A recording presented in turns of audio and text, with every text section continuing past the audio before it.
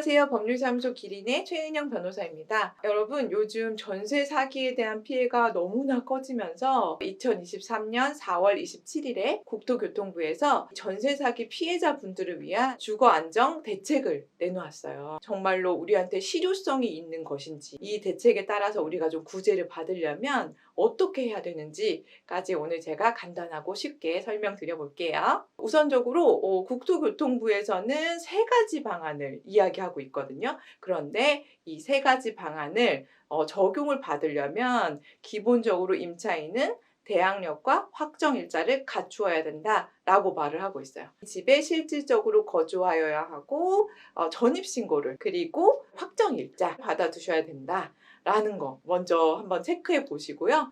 그리고 이제 첫 번째부터 실효성이 있는지 살펴볼게요.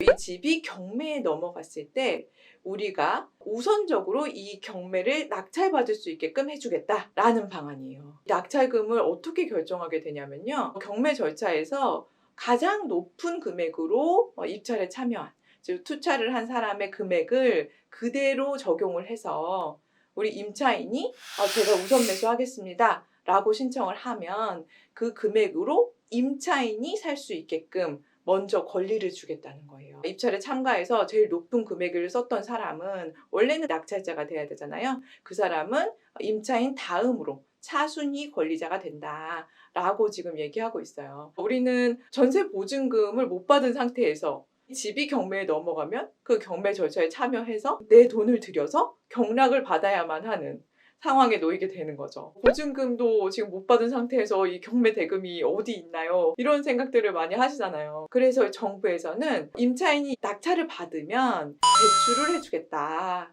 그리고 취득세, 등록 면허세 같은 것들을 좀 면제해주겠다라고 얘기를 하고 있어요.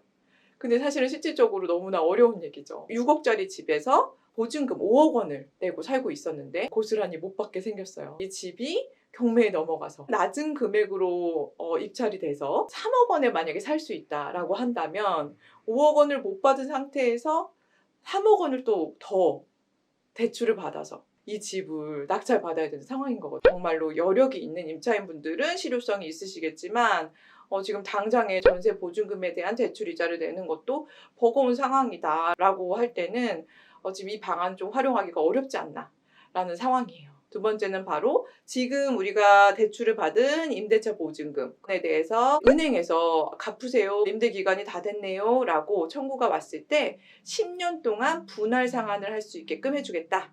라고 얘기를 하고 있어요.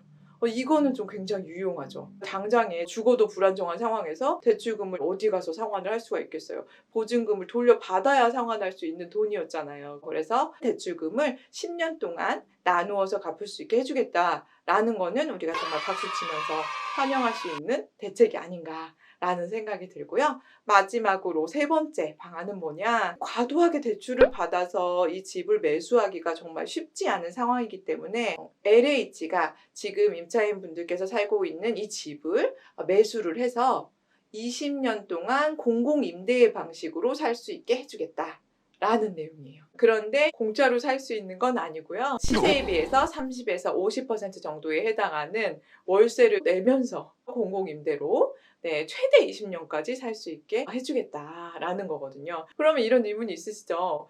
보증금은 나갈 때 받을 수 있나요? 라는 의문이 가장 중요한 문제가 남는데요. 정부 대책에서는 이렇게 공공임대를 한 경우에는 보증금은 보전하지 않는다라는 내용으로 발표를 하였습니다. 하지만 이 대안을 활용해서 당장의 주거 불안에 놓이는 상황에서 좀 벗어나실 수 있다면은 최대한 활용해 보시는 게 좋지 않을까라는 생각에서 오늘 한번 설명을 드려봤습니다. 여러분 오늘 내용 도움되셨다면 좋아요와 구독, 알림 신청 부탁드리고요. 궁금하신 사항은 댓글이나 법률사무소 기린 카페 통해서 질문 주시면 제가 성심성의껏 답변 드릴게요.